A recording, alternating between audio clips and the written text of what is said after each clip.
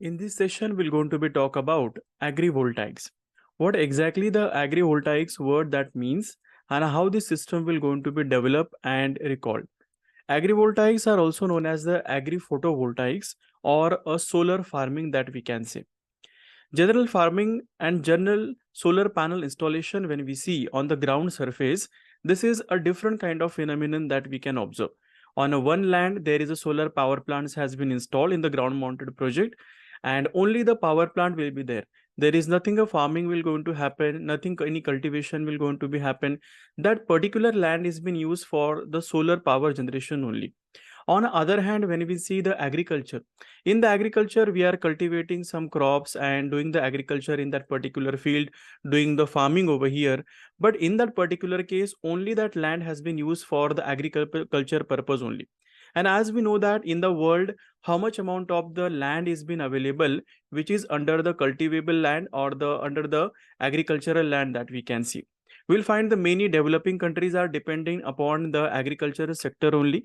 And that is why if we integrate the solar photovoltaic power generation with the agriculture itself, it can able to save the land also, and that can also impact some amount of an power generation and reduce the reliability of the power of that particular country from the grid or any thermal power plant that we can say.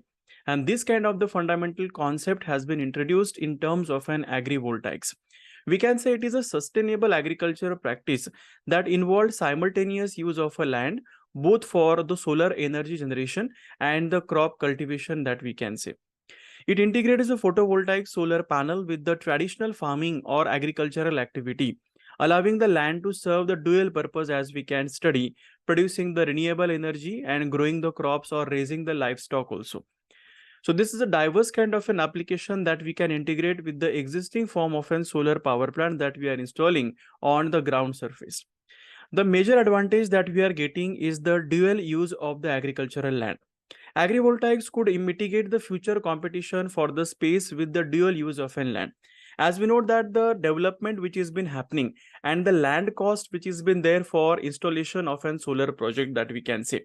Most of the cases, the investors are taking the land on the lease basis or purchasing that particular land. So only for solar power generation that land has been utilized. And that is why none other kind of an application that we can integrate with that particular land. Simultaneously, we can produce some kind of an fruit, some kind of an power that we can say, or any alternative form of an use of the corresponding land. It offers the possibility of installing the large PV systems on the open land while keeping the ground clear for the food production. When we compare the rooftop kind of the project, basically on the rooftop project we have a limited roof area is available, and that is why the limited power plant in terms of an kilowatt that we can install and that particular rooftop area. But in the agricultural land, when we say on the one person or a group of the person, they acquire this kind of a land in hectares terms. Basically they might have the 5 hectares, 1 hectare, 10 hectares. So huge amount of the land is been available under the agricultural segment that we can say. And that is why it is very essential for us when we can go or shifting towards usage of this particular land without hampering any food production from that particular agricultural land.